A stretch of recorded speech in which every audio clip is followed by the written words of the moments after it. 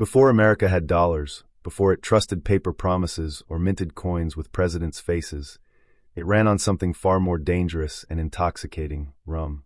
Long before the United States existed as a nation, alcohol quietly became the fuel of its economy, its labor system, its politics, and even its rebellion.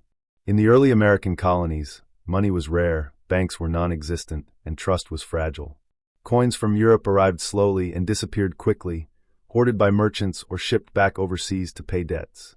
What remained was a desperate need for something that everyone wanted, everyone trusted, and everyone recognized as valuable. That something was rum. Thick, dark, burning rum, distilled from sugar and suffering, became the liquid that powered an entire society. It flowed through taverns, plantations, ships, elections, and military camps, binding together an economy that had no real cash but endless thirst. The colonies were poor in money but rich in need. Farmers needed tools, workers needed wages, governments needed taxes, and merchants needed a way to settle accounts. Yet gold and silver were scarce, and paper money was unstable and distrusted. Barter alone could not handle the complexity of colonial life. You could trade corn for shoes or tobacco for cloth, but how did you pay a carpenter, a soldier, or a dock worker consistently? Rum solved that problem. It was divisible, portable, storable, and most importantly, universally desired. A barrel of rum could be split into smaller portions, traded across distances, and accepted by almost anyone. It did not spoil easily, and its demand never vanished. In a harsh and uncertain world, rum became reliability itself. Rum's power came from its origins. It was born from the Atlantic Triangle trade, one of the most brutal systems ever created. Sugar plantations in the Caribbean produced molasses using enslaved labor. That molasses was shipped to New England, where it was distilled into rum. The rum was then shipped to Africa, exchanged for enslaved people, who were transported back to the Caribbean and the Americas to produce more sugar. This cycle generated immense profit, and rum sat at its center like a beating heart. By the early 1700s, New England alone had hundreds of distilleries producing millions of gallons of rum each year. Entire port cities, Boston, Newport, Providence, thrived on its production and trade. Rum was not a luxury, it was infrastructure. In everyday colonial life, rum functioned exactly like money. Workers were often paid in rum instead of wages. A laborer might receive a daily ration of alcohol as part of his compensation. Dock workers unloading ships, builders raising barns, sailors manning vessels, all expected rum as payment or reward. Even religious communities were not immune. Church construction projects frequently included rum expenses, and ministers sometimes accepted alcohol as part of their compensation. To refuse rum was to step outside the economy. It lubricated labor, soothed pain, and created a sense of fairness in a system where cash rarely appeared. Rum also replaced money in trade. Merchants accepted it as payment for goods, farmers traded it for supplies, and taverns functioned as informal banks where debts were settled over drinks. Prices were quoted in gallons or pints, and accounts were balanced in liquid form. In some areas, rum was more stable than paper currency, which governments printed excessively and devalued quickly. While paper money could collapse overnight, rum's value remained anchored in human desire. As long as people drank, rum held power. Colonial governments understood this power and embraced it. Rum was taxed, regulated, and used to finance public works. Taxes were sometimes collected in alcohol. Tavern licenses generated revenue, and fines were paid in drink. Governments even used rum to fund military operations, issuing rations to soldiers instead of proper wages. Alcohol kept troops compliant, numbed fear, and boosted morale. In an era when formal supply chains barely existed, rum was logistics. Politics, too, ran on rum. Elections in colonial America were nothing like modern voting days.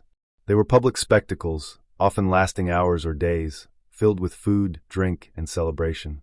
Candidates were expected to provide free alcohol to voters. This practice, known as treating, was not considered bribery, it was tradition. A politician who refused to supply rum was seen as unfit for leadership. George Washington himself learned this lesson the hard way. In his first run for the Virginia House of Burgesses, he refused to provide alcohol to voters and lost badly. The next time, he supplied generous amounts of rum, beer, wine, and cider, and won in a landslide. Power flowed to those who poured. Rum shaped social order as well. Taverns were the nerve centers of colonial communities. They served as meeting halls, courts, post offices, and news hubs. Business deals were struck over drinks, and political movements were born at bar tables. Information spread faster through taverns than through official channels. Rum lowered inhibitions, encouraged conversation, and built networks of trust. In many ways, it created the social fabric that allowed the colonies to function without formal institutions. But rum was not just an economic tool, it was an emotional one. Life in the colonies was brutal. Disease, hard labor, isolation, and uncertainty defined daily existence. Alcohol offered relief. It dulled pain, eased loneliness, and provided moments of escape.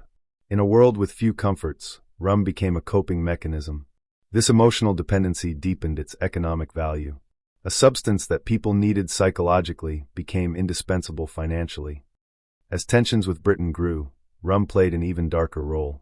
British policies threatened the rum economy by regulating molasses imports and imposing taxes. The Molasses Act and later the Sugar Act were not just trade laws, they were attacks on the colony's primary currency. Smuggling became rampant as merchants illegally imported molasses to keep rum flowing. British attempts to control rum production and taxation fueled resentment.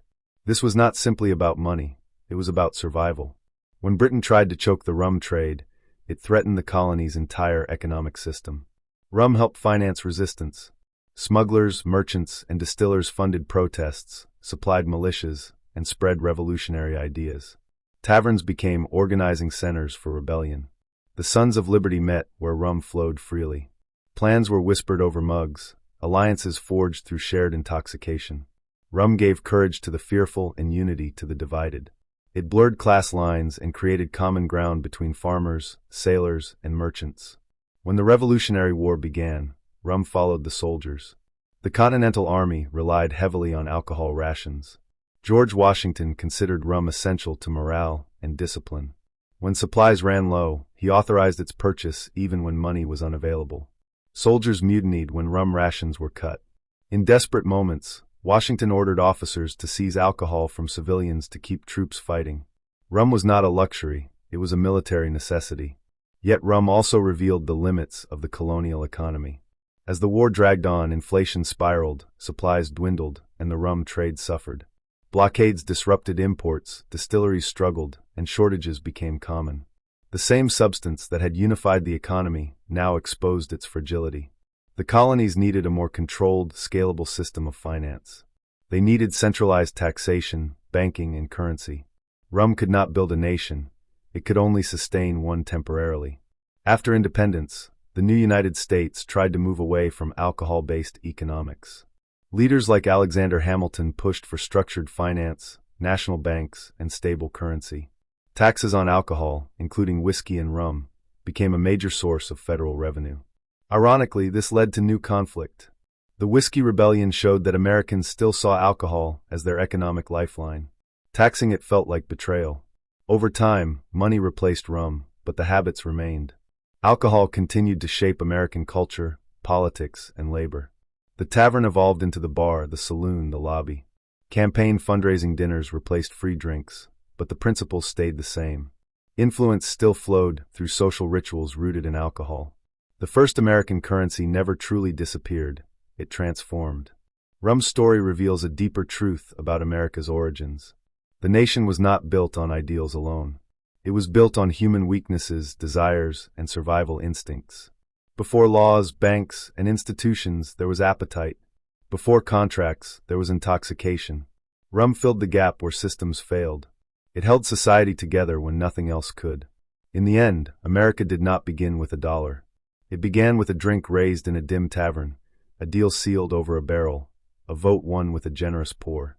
Rum powered trade, wages, and politics because it understood something money would later formalize, that trust is emotional before it is rational, and value lives in what people are willing to exchange for relief, belonging, and hope. The first currency of America was not stamped in metal or printed on paper. It burned in the throat, clouded the mind, and quietly built a nation one glass at a time.